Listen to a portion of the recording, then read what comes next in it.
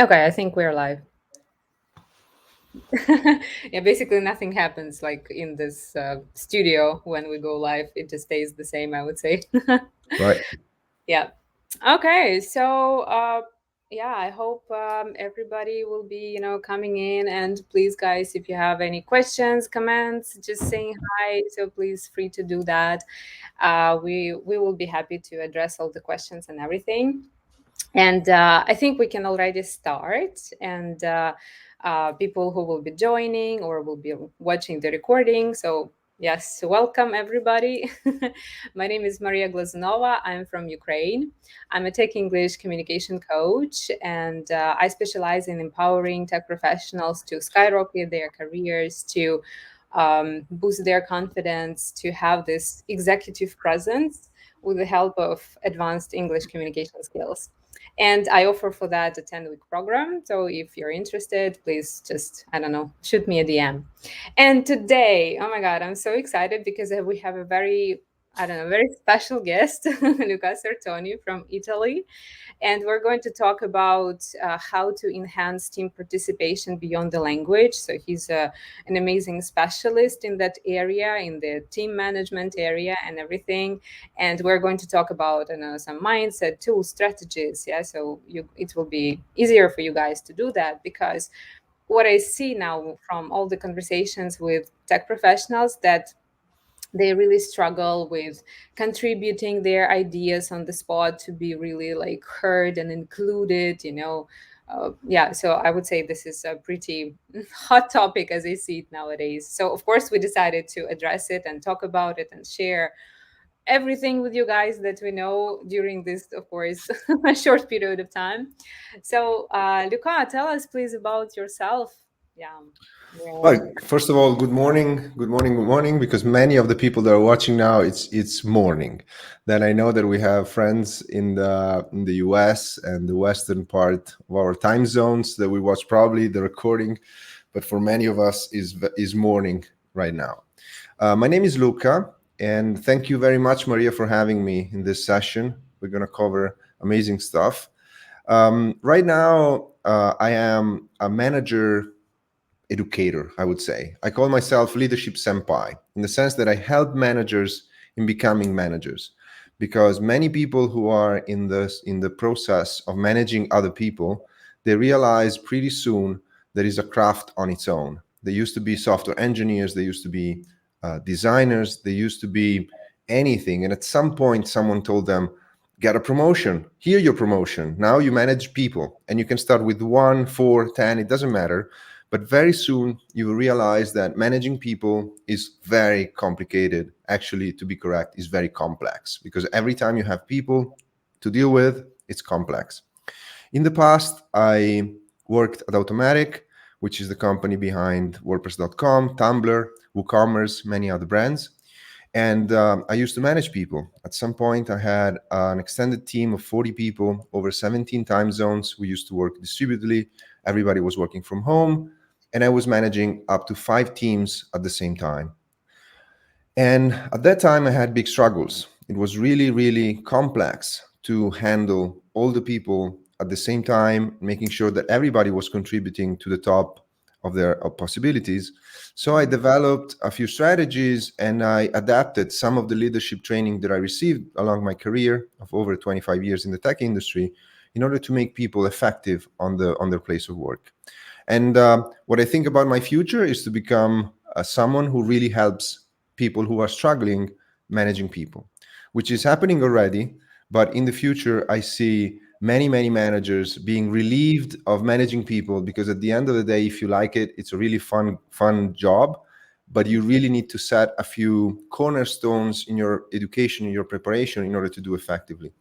So I'm very happy that you wanted me today to discuss this topic, because for me is one of the core foundation of being in a team, being effective, and also create and foster a team where everybody is involved. Perfect. Yes, yes, that's I think a really, really important topic. Okay, so let's start with the first question that we also, I would say, showcased in our description, and it is about diversity and inclusion. So, how do you foster that in the team? How do you help leaders, right, to foster this, diversity and inclusion? That's an excellent question. Diversity and inclusion is a very present terminology that we use today in the industry. Actually, when we go a little beyond that, we have four words: diversity, inclusion, equity, and belonging. Those Mm, four words are the keys in order to create, manage, and basically make up to performance a team of diverse backgrounds coming from different places and working on different things, which is basically the description of every single team nowadays. Even when you work co-locatedly in the same place, in the same city, still, right now, you cannot work in the tech or in a modern industry without the challenges of diversity, inclusion, equity, and belonging at the same time. Now, what is the key in order to make it happen, and which strategies a leader should implement is an excellent question. Let's get into it. Traditionally, when you look at at a team that you can represent as a group of people, you need to keep in mind that there are three main issues that can raise up from that team. So three limits that team can easily encounter that makes people less involved and avoids people from participation. The okay. first, there are three. So the first one is about representation. You create a team and you lack diversity within that team. It means that you tend to select people to participate in a way that discriminates against diversity. That is a classic problem. In the tech industry, happens all the time. You have teams that are mostly made out of men. Most of the time, those men, they share the same skin pigmentation, so they have the same color of the skin. Mm-hmm. And then most of them come from the same area of the world. Hmm. Most of them, they did the same types of studies. Of course, if you work in the tech industry, you tend to privilege people coming from STEM or coming from computer science in particular. But nevertheless, when you work on projects that they have to do with other people, let's say you're building a new social network, you cannot avoid to have people who are specialized in classic studies or in human studies, in human science. Otherwise, you're just building technology, but that technology does not connect with people. So, but without getting too far, the main problem is lack of diversity in a group. So the first strategy is to put in place everything that you can in order to diversify the participation to the team as much as possible. Removing bias during the hiring process and making sure that you are covering as much land as possible, as much surface as possible with the different expertise and backgrounds that people bring when they show up and they apply to participate to a team.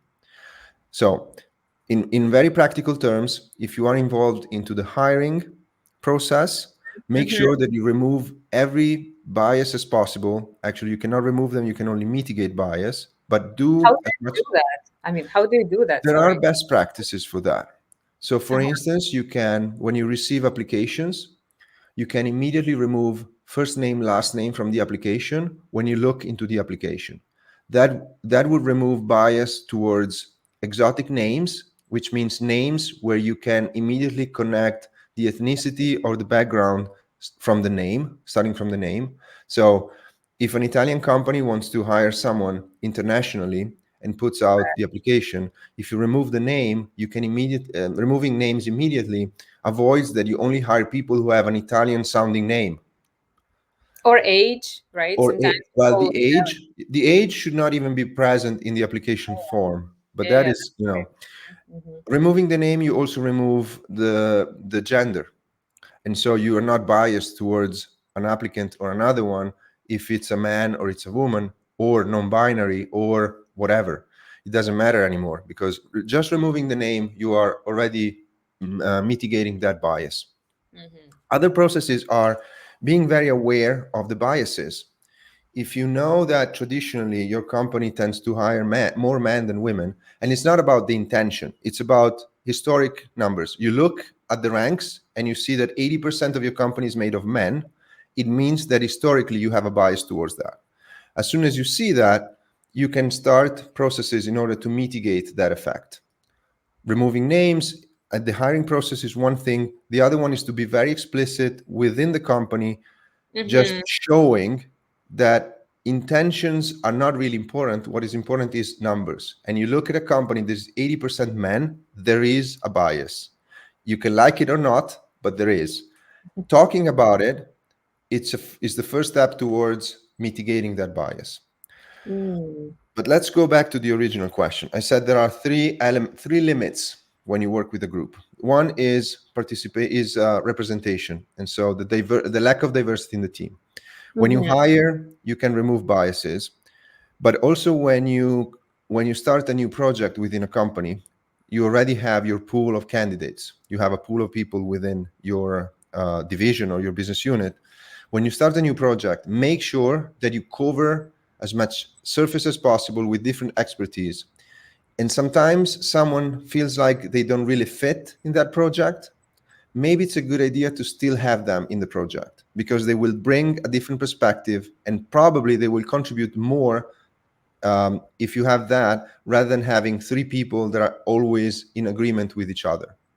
So fostering this agreement and being able to navigate this agreement helps that diversity that you need within a team and within a group in order to have more participation.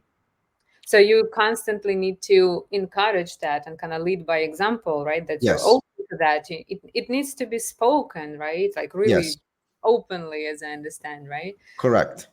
Mm-hmm. Then, so this was the problem number one. Problem number two that you can encounter is a problem of influence. What Mm. happens is in a group of people, there are people that they have more influence than others on the group. So when you ask the group to speak up or to offer ideas or to participate to an activity, you need to expect. So it's very natural that some people will take the lead and they will be more influential than others. Sometimes happens because they speak first, so they are more extroverted, and because they speak first, they tend to become thought leaders just because of precedence. Like they just speak first, and everybody follows. Other reasons are because some people they have a character that they tend to overdrive the room very fast because they may speak louder or they might speak a more resounding language. What I mean is not necessarily they speak a more correct English in an English speaking company, but they Mm. speak an English that tends to be more followed. I give you a very quick example. Like a simple, right? Like just like simplified and everybody understands, right? Like in this way. What can happen usually, I mean, in my experience, is that when you have a company that speaks English and you have a few people who are from the US, they tend Hmm. to speak faster, Yeah. but they also speak an English that is not the Queen's English. They speak American English. And Yeah. American English is extremely fascinating for people who work in tech because it's the English that they used to hear all the times in movies, in the documentation. So every single piece of content that we read in tech is written in American English. So as soon as you have someone who speaks American English with an American accent, we tend to see that as more reliable that someone who speaks this very same English but with Eastern European accent or Italian accent or French accent. We tend Mm. to we tend to attribute more credibility because Mm. the accent is sounds more American. Mm-hmm. And Like the we're not perception. talking about it's correct. We're saying it's just about the accent. Yeah, yeah. And people, a lot of people come to me and you know what? I would like to speak like a native speaker. And Right. that's usually what they refer to, yeah, mostly I would say American accent that, yeah, they will kind of have more credibility somehow. Yeah. So this is Right. very, mm-hmm. So that is exactly the point. As soon as you have an American accent in tech, you tend to have more credibility. But is the accent really telling you about your expertise, about your experience, or about your real credibility? Not really. It's just a detail in your communication pattern. So that needs to be kept in mind when you manage people because the risk is that you fall for it. So as a manager, you tend to attribute more credibility to your American accents within the room. And as a participant of a group, you should fall for following people just because they speak a more American English than others, right? So that is good to keep in mind. So, but as a manager, as a leader, how do you mitigate that problem? Mm. With deliberate and intentional participation hacks. For instance, when you ask a question to a group, let's say in a Zoom meeting, do not accept the answer just because they come first. Mm-hmm. A good tactics is to say, well, this is the problem that we have, and you explain the problem. Please take a couple of minutes, each one of you, to write down on a post-it, on a piece of paper, your thoughts about it and your ideas about it or your solution. And then you give people a couple of minutes to work on their own on writing down the answer. And then you do a complete round of the room, asking everybody to read what they just wrote. That Okay. way, you avoid a thing that is called group thinking. Group thinking is when one idea quickly spreads in the group and everybody supports that idea just because it came first or it came from a source that feels more credible than others. So Interesting. you intentionally break that vicious circle and you have everybody working on their own and then sharing what they wrote down. That is way more powerful than just asking question, because if you ask question one by one, as soon as the first credible person speaks, American English speaker speaks, all the others, they would just say yeah, yeah, yeah, just like he said, just like she said. But if you ask them to write down, then everybody feels that they can read, and that way everybody brings surfaces their ideas more effectively, let's say. Yeah, I just wanna Fabrizio, he wrote anchor bias, right? Exactly, exactly. Yeah. Thank you, Fabrice. Thank you, Fabrice, for pointing that out. It's called anchor bias. As soon Thank as you. you have a piece of information out, you tend to immediately believe in that, and everybody starts to gravitate around that because that creates an anchor, and everybody attaches really hard to that anchor. It happens all the times with pricing. So anchor bias is very present in our lives, but I don't want to go there. Otherwise, it takes me 3 hours of exploration because I'm only at point two of the first question. So let's move forward. And then there is problem three. Problem three is pure participation. Mm-hmm. As human beings in a group, it's very natural that we have some people who tend to participate more. They're more outgoing, and people who in a group tend to hold back a little bit. And that happens mostly for cultural reasons and personal reasons. Mm-hmm. So as a leader, you should focus on making sure that people who tend to participate less still get involved. What I do in my meetings when I have multiple people, I take the opportunity every now and then, not every time, but every now and then, to say something in the lines of, on this specific issue, I would like to hear from everyone. So we will do a full round and everyone is invited to give an answer or to give their opinion. And then I force everyone to say at least a word. This helps people to be part of the conversation. So I do not allow people just to sit silent in the corner. I will always ask them for their input. And it doesn't really matter if it's very deep or very shallow input. At the very beginning, it's just a way to warm people up and make sure they understand that they are very invited to participate. Do you share the agenda beforehand? So maybe they can already come somewhat prepared, because this can be helpful, because when you're just on Mhm. the spot, you're asked, a question, you're like, "Huh," it can be stressful. But if you prepare, so that can be Yes. So useful. on this, yes, the answer is very simple for me. Yes. For me, there is no meeting without an agenda shared beforehand. Perfect. Mm. So if you're in charge of making a meeting happen, there are a few rules that I give people to make it happen properly. First one is no meeting, no agenda, no meeting. If there is no agenda, don't do it. It's a waste of time Mm. because if you have no agenda, people will just talk about what happened in the last few hours.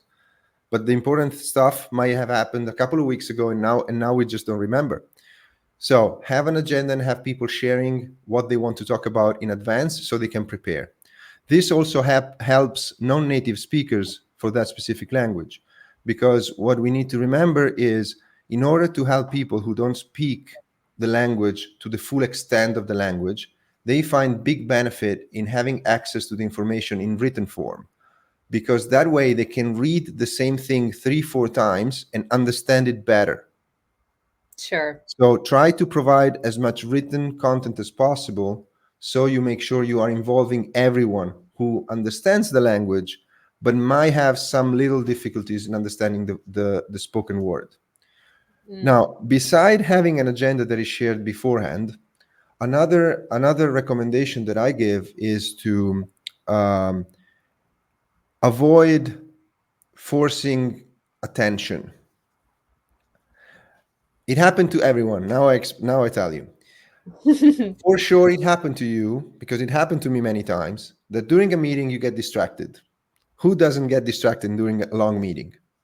And sometimes it happened that the person in charge of the meeting, in order to make a point, suddenly asked a question. And then let's say you are distracted and I ask a question, and then I say, "What do you think, Maria, about it?" And you Uh-oh. have no clue whatsoever what we're talking about, right? Has ever happened to you? Yeah, absolutely. I Right? actually did it a lot in the classroom, when I was like, I used to teach, the group of Yes. students. Yeah. Mm. That is a classic thing that comes from school. In school, that happens often, right? What is the intent of the person who does that?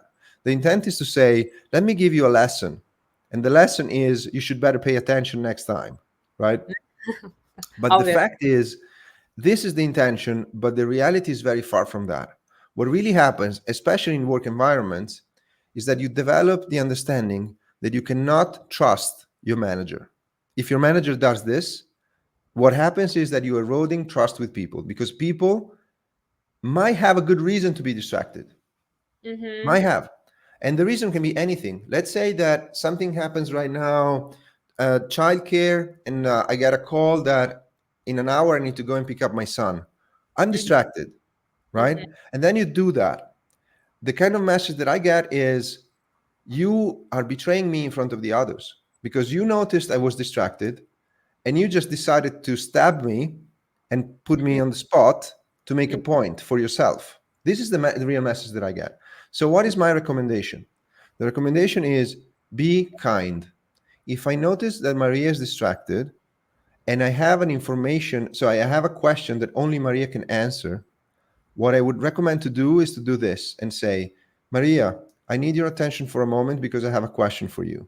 And then Mm-hmm. I ask you the question, Like giving repeat you once giving again. you all the context that you need in order to answer properly.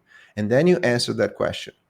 Mm. This way, the message that you get is, whatever happens to me, my manager has my back and treats me respectfully in front of everyone. They will never, they will never humiliate me in front of others to make a point. This is the message that you need to receive from me if I am your manager, because Mm. that way we're building trust, and that way you know that whatever happens to you, I have your back, which is my role as a manager. My role is not to betray you or to put you in the spot. My role is to have your back all the times. So this Mm. is a behavior that I highly recommend. Never put people in the spot and humiliate them because they're distracted, but help them to come back to the topic of the meeting gracefully. So basically, you're saying it's also about creating this safe environment, so Yes. people can be feel can I don't know can feel really I don't know valued and respected, right? And actually, this is my next question, right? How do you foster that even more? So they are free, I don't know, to make mistakes, to take risks, to fail and learn from that, because this freedom, I think, it really counts. If we really want our team, for example, to grow and to speak up and to contribute their ideas in the first place, right? So how Mhm. yeah, what would you recommend in that case? So, sorry. Mhm. So, in order to cultivate a trust and supportive team, so a trusted and supportive environment for your team, you exactly need to do that. Cultivate a safe and supporting environment for your team. I know it's a very easy answer, but it's exactly that. You cannot expect to have a safe and supportive environment if you, as a leader, don't do it deliberately and intentionally every day, every moment, every minute of your action as a manager. You cannot. So you cannot expect people to feel safe just because you tell them, feel safe. It doesn't work. It's like, have you ever had anyone that you were very upset and was coming to you and say, stay calm, calm down? Did you ever calm down because someone shouted at you, calm down? No, it Same thing actually is for more, safety.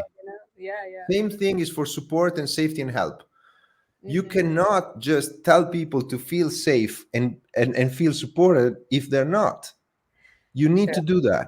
In order to do that, you need to become intentional in making it happen with very practical tactics and strategies and execution. The first one is to be kind. As a leader, you are not expected to be nice. But you should be kind all the times. Mm. What is the difference between being nice and being kind? Being nice is when you only give good news to people. So you avoid to have conflict, you avoid to tell them things they don't like to hear, you avoid to go into difficult conversations, you avoid to have, to provide critical feedback. You just you're always happy and you always tell people that everything is fine. That is being nice. But if you are in a position of leadership, in a position of responsibility, that is extremely irresponsible because it's not reality. It's not true. It's just a facade and it doesn't serve anyone. Also creates a lot of slack in your ranks. People will not work properly if you're nice. Mm-hmm. But what is kind? Kind is treating people with respect, understanding that everyone has their own private life, they have their own values, they have their own drive, they have their own goals. They are people and they have needs, and they need to satisfy and meet those needs.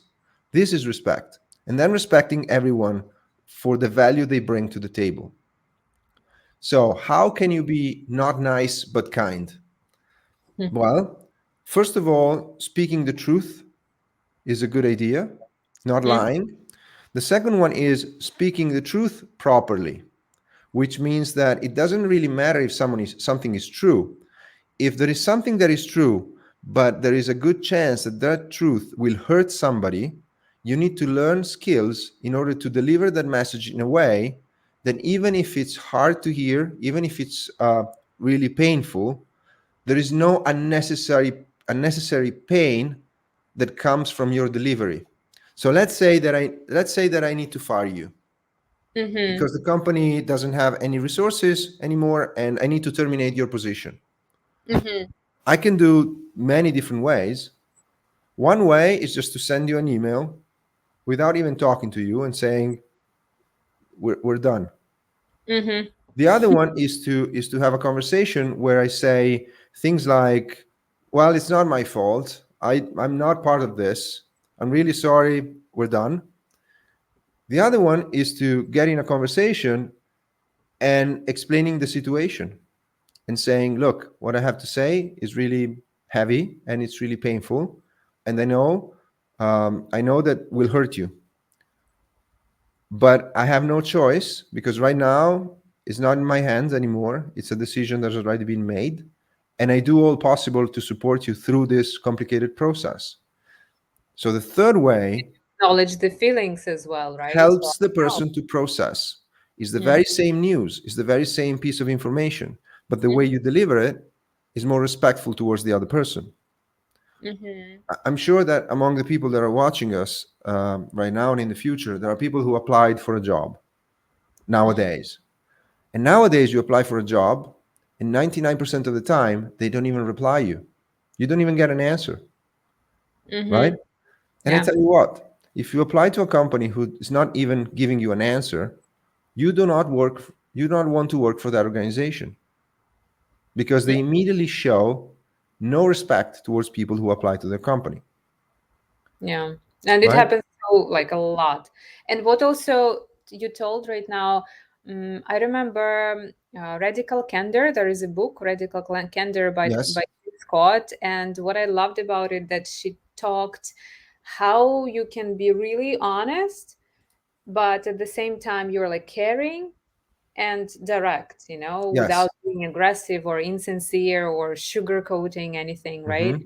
And it Yes. also resonated with me, the Netflix culture. There is also another book, No Rules Rules, where they explain a lot that in like in the core of their culture, it's actually the radical honesty, where they are still caring and everything, but they Hmm. also they are free to give feedback, and not only, for example, how you say, like top bottom I forget, like, so you can kind of tell this then to your colleagues and to your bosses, yeah, so to different people, right? And you can be completely open and radically honest and innovative, and of course there might be some disagreements, and they also kind of face those disagreements with non-violence, I would say. So Yeah. that inspired me a lot. Hmm. Yeah, Radical Candor is an interesting book that I highly recommend. The core of the book is about finding that sweet spot that is about personally caring, so having personal care towards the people you work with, but at the same time being extremely candid and radically candid about everything that you need to talk and everything you need to discuss with. There are two more books on the same topic that I highly, highly recommend. One is Hmm. Conscious Business by Kaufman, which Okay. is mentioned in the book. Radical Candor mentions that book. And the Hmm. other one is called Dare to Lead by Oh, Brené Brown, Brené Brown, she's right? amazing. That Okay. book is also about that. And basically, in that book, it says that the ability of a leader can be measured by their ability of getting themselves into difficult conversation and navigating those conversations gracefully. Hmm. Yeah, yeah, absolutely.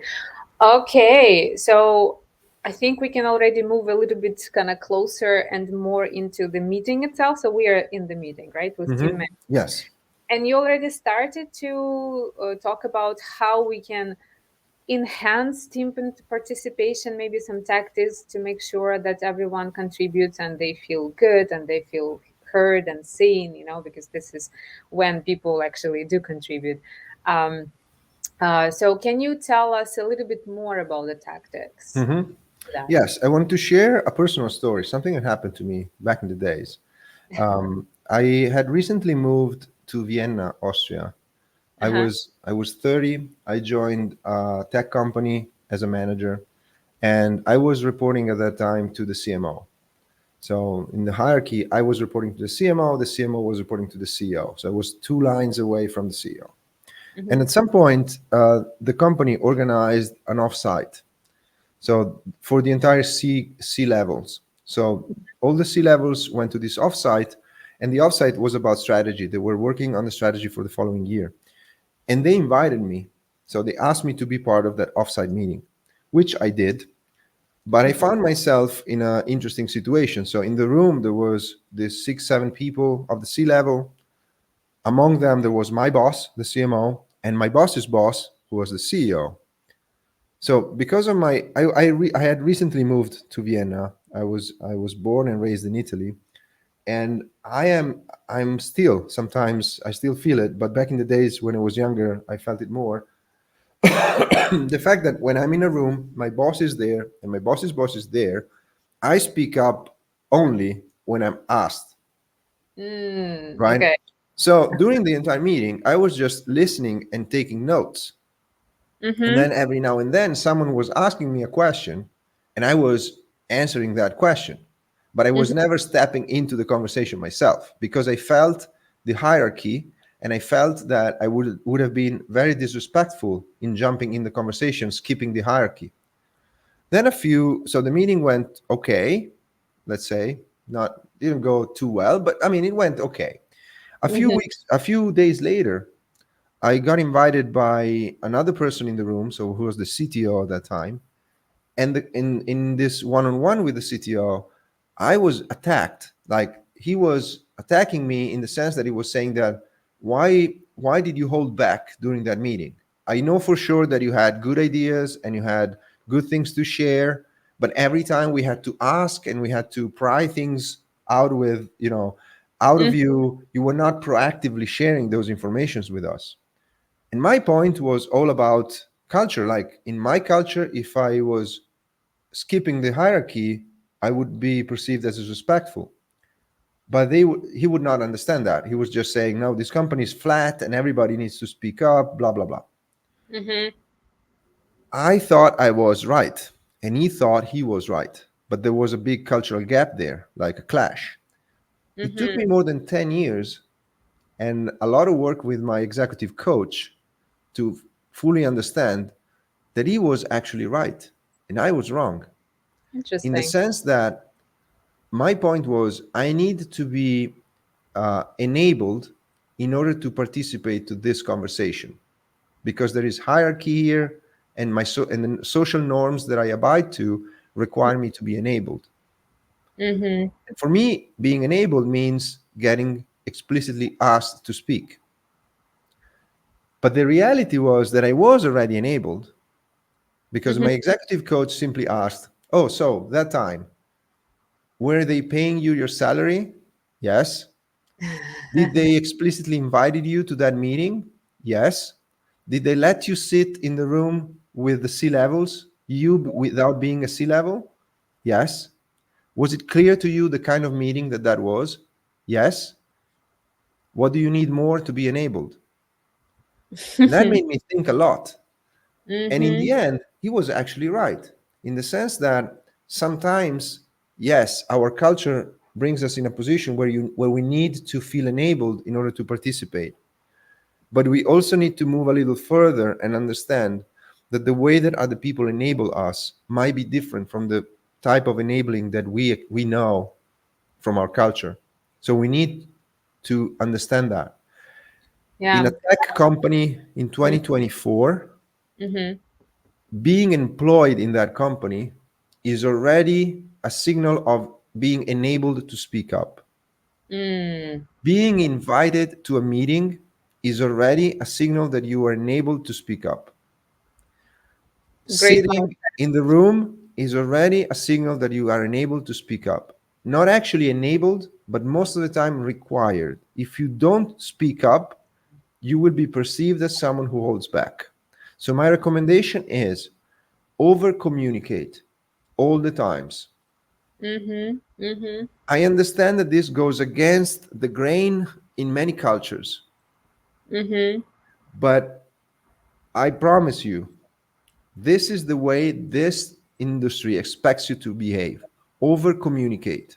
When you think you are speaking too much, or you're writing too much, or you're communicating too much, probably that is where you should be already. Mhm. Just stop when people tell you to stop. When someone says, hold on a second, this is too much, that is when you need to stop. Until then, keep going because there is a good saying that says that only open mouth get fed. Mm. Mhm. And this industry in 25 years taught me that that is very true. Only open mouth get fed. If you want to find your position, if you want to progress, if you want to grow, if you want to participate, and if you want to contribute, you need to do so. It's not Mhm. about the quality of the code that you write. It's not about the quality of the design that you make. It's not about the quality of the craft that you do with your hands or with your brain or with your expertise.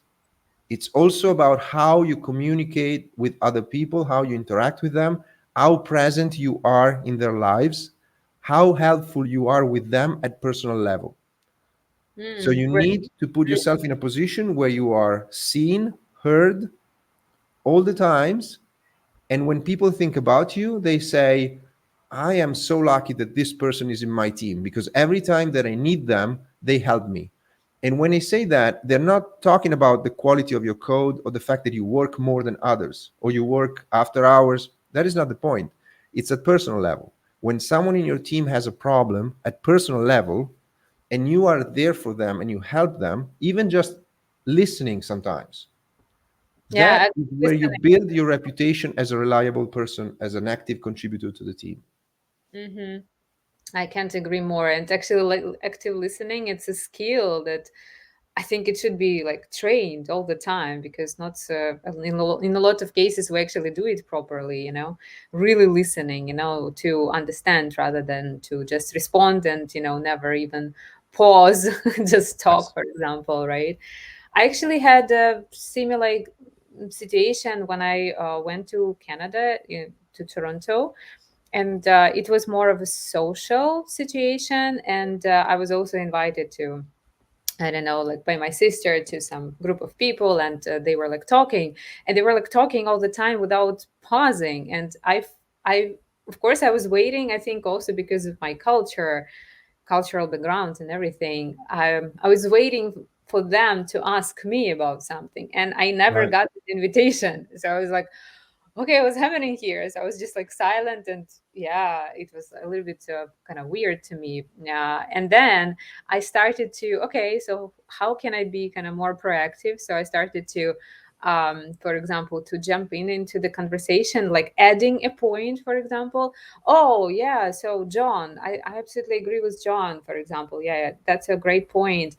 I would add something else of my own. So I would kind of try it in, or there would be like like a small gap, right, in the conversation, and I had something to say, right? So I would kind of also jump in. But once again, I realized also that, yeah, I'm responsible for taking the initiative. I Right. had to kind of step into like a leadership, like a leader's shoes or something, right? And to be proactive if I would like to be, really heard and seen and understood, and everything that we discussed with you. So that's really important. I also have, this analogy, because previously when we talked with one of my guests, and he mentioned that he sees a company as a, not as a family, but more as a team sport, like a, Hmm. and yeah, like a team, like in sports, Right. like soccer or something. And this is something that we can also think of, just like in an analogy, right? We come into this room, and right now we are working toward like one goal to score, I don't know, like whatever, of some points.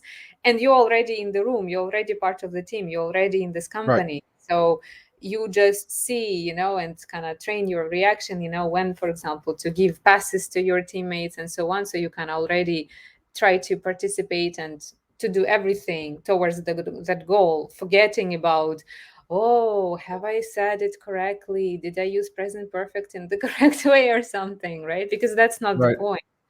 The point is about that goal in your company that all of you are working towards, right? And you can also be, I don't know, not, I don't know, making some mistakes or whatever, but the main point, actually taking initiative and just go. Right. Yeah, well, the family and sport team analogy are interesting because what I tell people is as soon as someone says this company is like a big family, just Yeah. look for the closest door and just leave. That is one of the most toxic behavior you can find in a company is when people make the analogy that this company is a family. It's really toxic. I Mm, understand that it's a very frequent saying, and most people they say it with light heart, but be aware of that. Um, yeah. Comparing a company to a family is problematic. A Mm-hmm. family is a place that you don't choose and you will be part of no matter what. A company Mm-hmm. is a place that you choose, the company chooses you, the relationship is very determined by a contract. If there's a breach in that contract or the contract get terminated, you're not part of the company anymore. In a family, that should not happen. I understand it can happen, but it's not designed to happen that way. So be very careful. Also, a company requires a compensation. A family does not imply a compensation necessarily. That is to say, the sport analogy is also interesting. It's very present in the way that Netflix represents their way of being. I recently read an interview where they were mentioning this, that Netflix is more, the metaphor is more towards a sports team where the goal is to basically win the most important game, which is to provide entertainment to a vast audience. Mm-hmm. And so you need to accept the fact that today you might bring an expertise or a contribution that might serve that goal, and so you're part of the A team.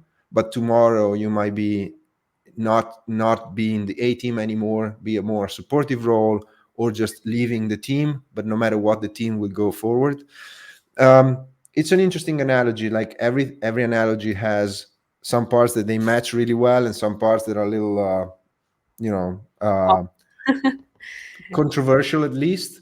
okay. Because Netflix is always seen as a point of reference for many companies nowadays. So when you think about company culture, a lot of people who are establishing their company right now, they tend to pick Netflix as their role model for the culture. Mm-hmm. What I say is be careful, Mm-hmm. because the fact that a specific culture really worked somewhere in a specific context does not really mean that will work the same way somewhere else, with Mm-hmm. different people and with different constraints. The other one is also be careful, because the picture that you have of the culture of a place coming from public interviews, books, and PRs, Mm, media, not necessarily is always 100% fitting the reality. There might be some areas that are not fully explored by those sources, and so there might be so there is a bias there. So the most romantic or the most unusual aspect of that culture are usually the ones that get surfaced more in media, and they are the ones that they land on books, on blog posts, because they're more newsworthy, they're more attractive, they're more fascinating, more romantic. But sometimes there are areas that are less romantic, still very present, and they don't get depicted. I'm mm, not saying that there is a dark side of Netflix that you need to be careful with. I have no proof of that. What I'm saying is very possible that there are areas of that culture that are not on the surface, you don't see them, but nevertheless they play an important role towards Netflix success. mm-hmm. But if you don't see them and you don't consider them, and you just model your own local culture towards the public culture that you see out of Netflix, it Mm-hmm. might be possible that you're not able to completely build the same picture, and you just build a distorted picture that looks like Netflix, but it's not, Mm, introducing way more distortion than necessary. And mm, so, if you push people towards extreme performance, you need to be careful to cover every single need they have. mm-hmm. I'm just saying that the world is way more complicated, way more complex when it deals with people, rather just being inspired by a nice book about Netflix. Then Of I have course. all the respect for Netflix culture, but still, just be careful and consider that your own reality is the one you have to operate, not necessarily the Netflix reality. Like use some critical thinking.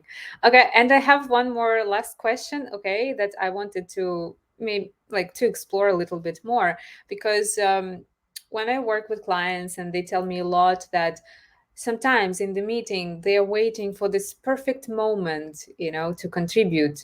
They're like waiting and waiting, and yeah, and sometimes managers don't like you, for example, Mhm. right? You can ask explicitly everybody, but not in all meetings managers do that and like ask Right. everybody or something. But how to deal with that, when you're waiting for that perfect moment to contribute. Okay. So the first thing to keep in mind is this: life is ugly. Keep this in mind. Life is ugly.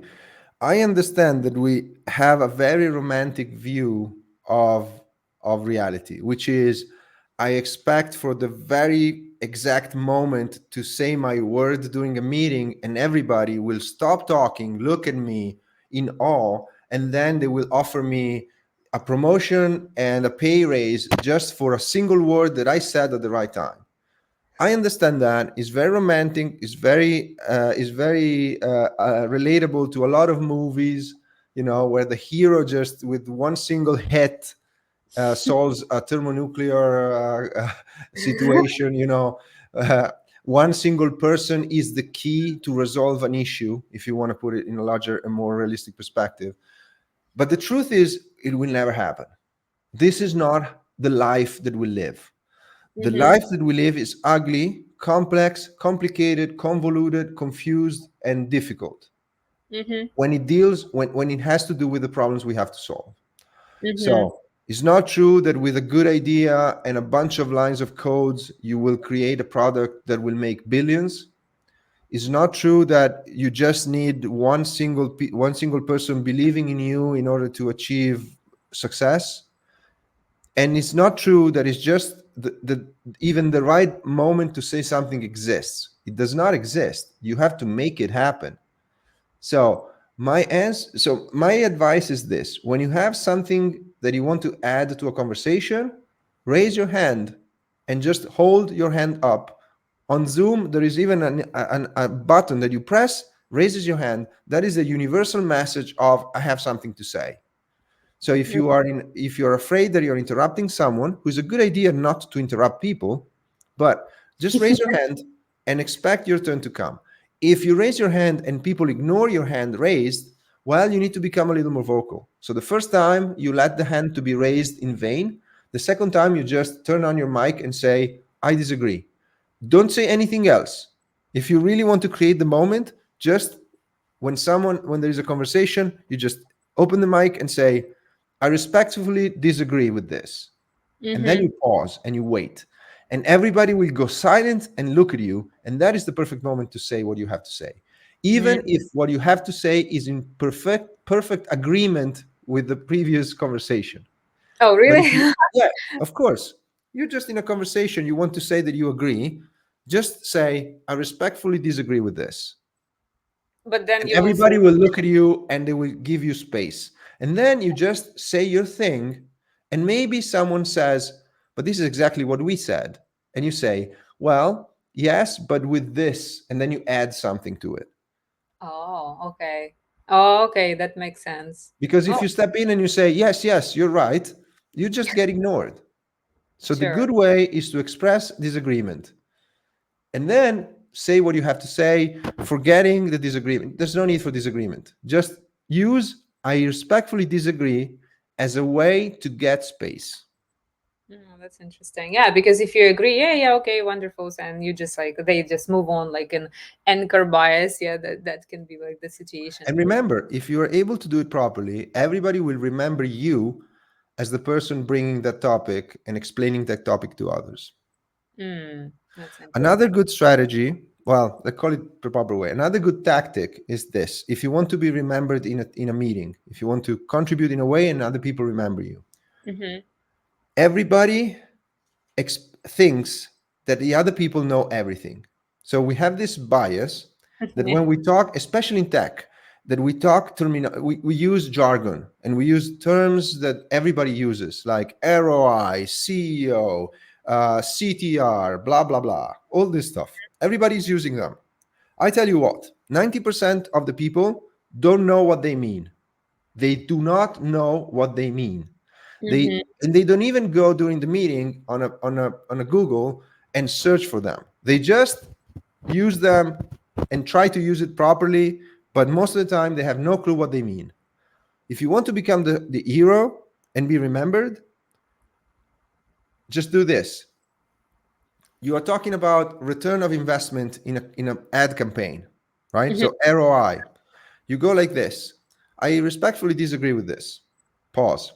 Then everybody gives you attention. Then you start talking and you say, well, if we consider the ROI of the previous campaign, it was negative. So the ROI, I mean, the return of investment was negative. You repeat it twice. The first time you use the acronym. The second time you say it extendedly. So you explain people what it means.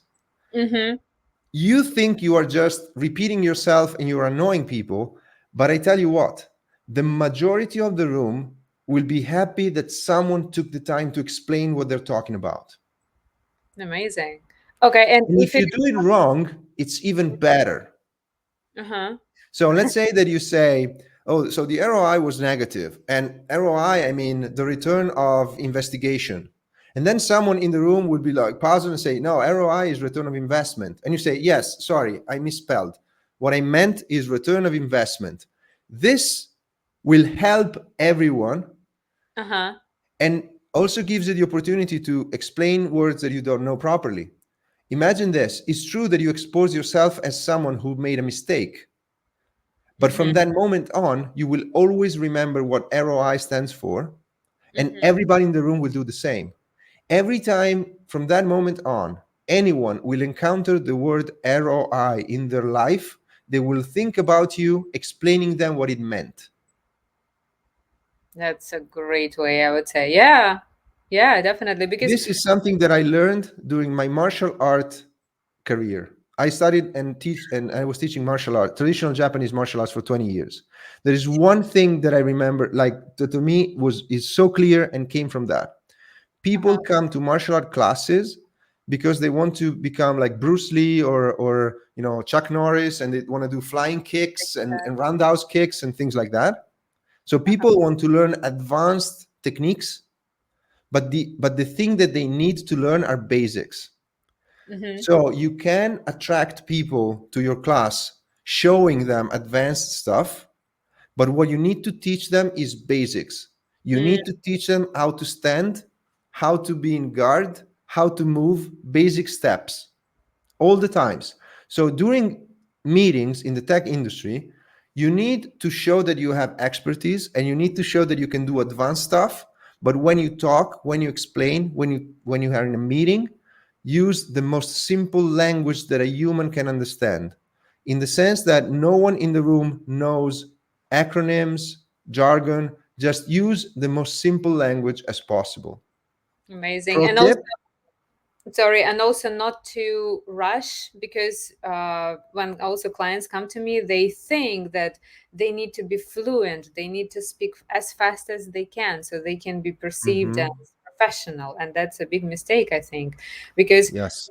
if you slow down, if you make pauses like you did today, for example, you were like so crystal clear, when you were speaking. I was like, I didn't have, of course, like, no, I mean, of course you have a lot of experience and everything, but I mean, it was like a great example, that you weren't rushing anywhere, right? And you made some pauses, and I felt that executive presence also, that you were really, in charge and everything. So I think that's what also guys kind of need to, I don't know, embody to really understand Mhm. that it's not about the speed, it's about how understandable you are to help people digest the information, It's Yes. very helpful. A couple of things here. I give you also a very, very pro tip. The first one is this. Remember that in the communication process, Hmm. when you speak, the responsibility of being heard, listened to, understood, memorized, so reminded, and then people act upon your message is your responsibility. I experienced situations where the expectation was, well, I'm in charge of what I say. You are in charge of understanding. Uh, It's not true. I mhm, am in charge of what I say. I'm also in charge of what you understand. I'm also in charge of what you remember. And I'm also in charge of what you will do afterwards, partially. On what you will do is partially.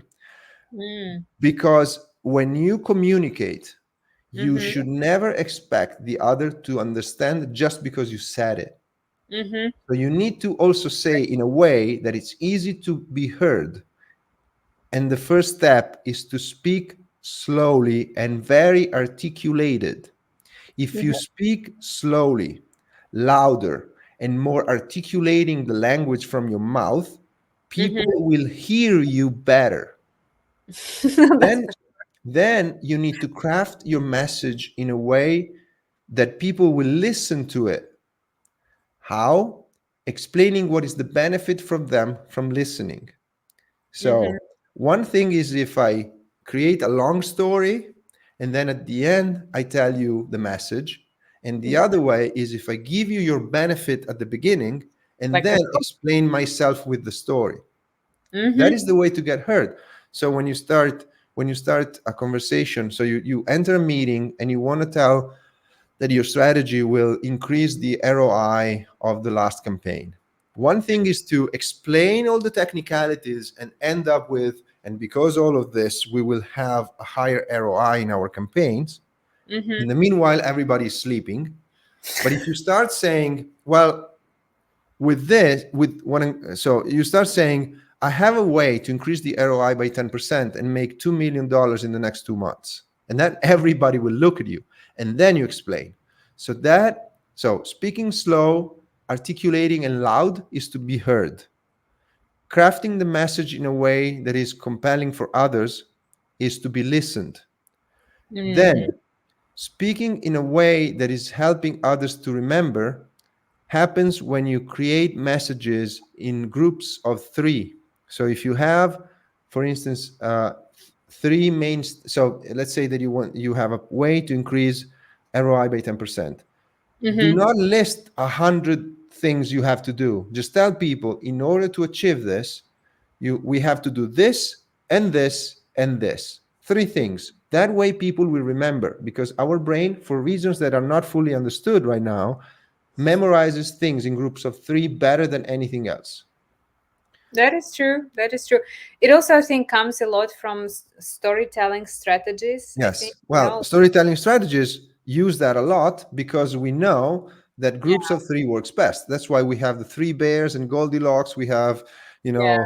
know, the three piglets. We have a lot of three happening in traditional storytelling because it works.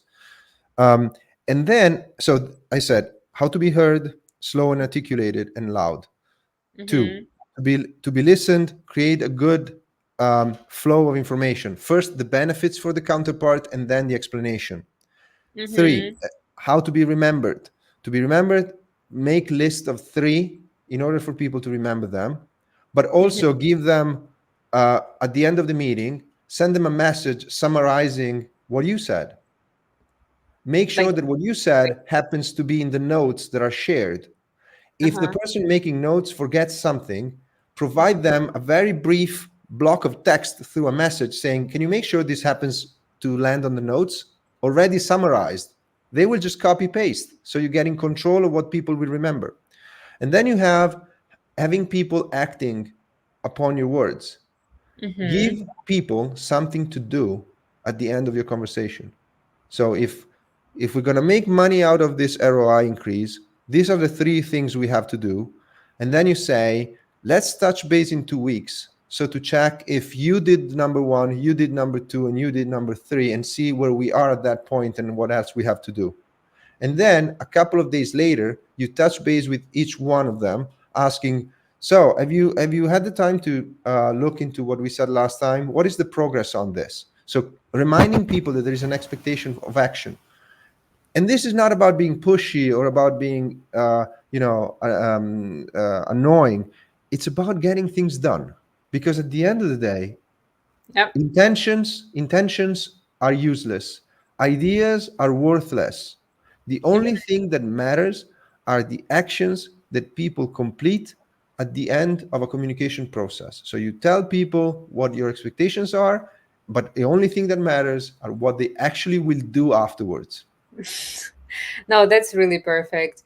And I also wanted to add one more thing. If you are struggling with coming up with like the benefit, like the hook in the beginning of your message, because well, sometimes it's not obvious for you or something, you can, like, if you have the agenda beforehand and you can think of some idea that you would like to present, and you can even, I don't know, like brainstorm, write it down, and usually like the benefit and the hook, it's at the end of the message because your brain processed Mhm. information and it kind of summed it up. And then you see that, okay, this is your hook in a way, right, in the meeting, and you kind of Right. you start with it, and then you go with your story or idea or whatever that is. So this is also like a little tip how, how to do that. Yeah, I'm not saying that you should turn every single participation to your meeting to a TikTok viral video, because it's not, this is not reality. I mean, Sure. this is not reasonable. But I'm just saying that a few principles of effective communication Hmm. used properly during your team meetings, they go a long ways to achieve results, rather than just sitting in silence expecting from the perfect moment to say something. Yes. Or yeah, waiting for somebody to ask you, as we discussed, right? Mhm. So just waiting for something, It so will it never doesn't. happen. Yeah, that is true. Yeah, that's what I've learned, definitely. Okay, thank you so much. I don't know, there were like so many different tips and mindset and everything, such a rich, I don't know, such rich information. So thank you so much, Luca. I think yeah, it was I hope it was helpful for everybody who is listening now and who will be, for example, watching. I don't know, do you have anything to add to, yes, Well, our there's one last thing that I would like to add because it might be helpful for a lot of people here. Mhm, So we discussed a lot about participation to a team. We discussed a lot of tactics that you can use when you're part of a meeting. But there is one element that we did not mention that I would like to introduce, which is this: mhm, be very in charge and cultivate the relationship you have with people. If you manage people, with each individual person in your team, and if mhm, you are part of a team, be very intentional and cultivate a good relationship with your manager, mhm, because that one-on-one relationship is also key to a lot of other processes.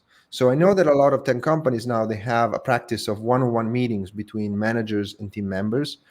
And my advice there is, maybe even before starting to improve your communication skills during meetings and applying tactics there, make sure that your relationship with your manager is strong and based on reciprocal trust. That is the key fundamental to be part of a group and to effectively manage a team. mhm. um, I speak a lot about this topic because it's one of my favorite, and so over the years I realized that it's a game changer for a lot of people. Has been a lot of game has been a game changer for a lot of my clients.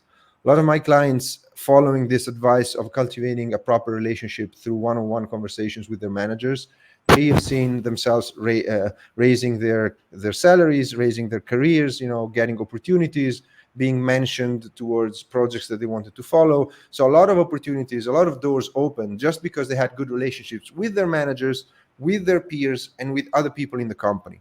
And I know that this is a whole new topic. Maybe we will dedicate, another live just to that. Absolutely. For today, actually, allow me to offer this. Um, I am working on. I mean, it's almost ready. I'm giving out a very free guide on how to enhance your relationship with your manager or to conduct proper one-on-ones. If you want to share the link, is the link I sent you before. Maybe we can put the link available to the people also in the recording. Um, that is something that really changes careers.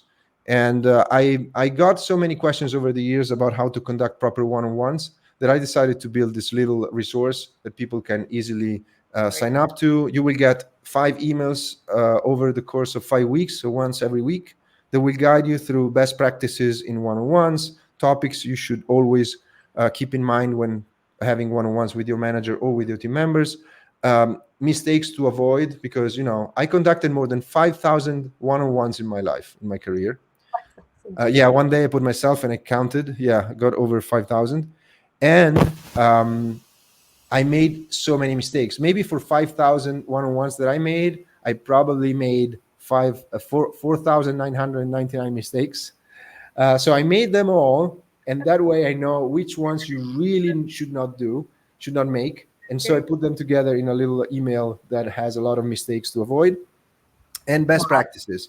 So they come together as a package. It's free, and if you want to sign up, just at the link that Maria just shared.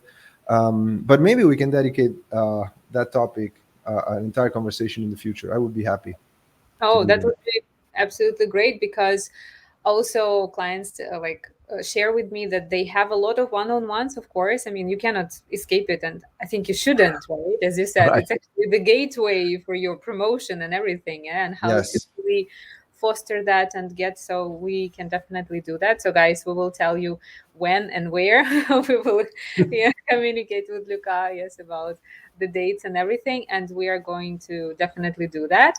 And yeah, so I shared the link in the comments. And yeah, so thank you so much for everything, Luca, for all your experience and wisdom. And oh my God, it's a lot of like really great information. Yeah, so I hope to see you soon, of course. Absolutely. Anytime you want me to have a live together, I'd be happy to be part of it. Okay, guys, so that's all set then, and we will just share with you the date and the time then. Oh, and yes, and one thing, if we have, you know, considering this already a deal that we will have a proper live on one-on-ones. If you want to send questions in, so we can explore the questions coming from people, I'd be happy to explore those. Also, on top of the topics that we covered today, if you have any question, if you have any doubt, I'll be happy to answer. So drop them in the comment of this video if you see the live, if you're looking at the live right now. If you're watching this video as a recording, for sure there will be a comment space. If Just drop a comment there, and in any platform you are, both of us, Maria and myself, are very easy to be tagged. Tag me in the comments so you make sure I'm not missing it. If I'm missing the question, which is very unlikely, but if it happens, find me, ping me, send me a message, send me an email. Just don't show up at my door. That is not a good idea. But anything else is valid. I will find time to answer for sure. Amazing. Okay, guys, you got it. Okay, so thank you so much, and I will see you then at some point soon. Thank you. Yes. Thank you. Thank you, Have a good everybody day, who everyone. watched, yes, and who will Thank watch, you yeah. very much. Bye.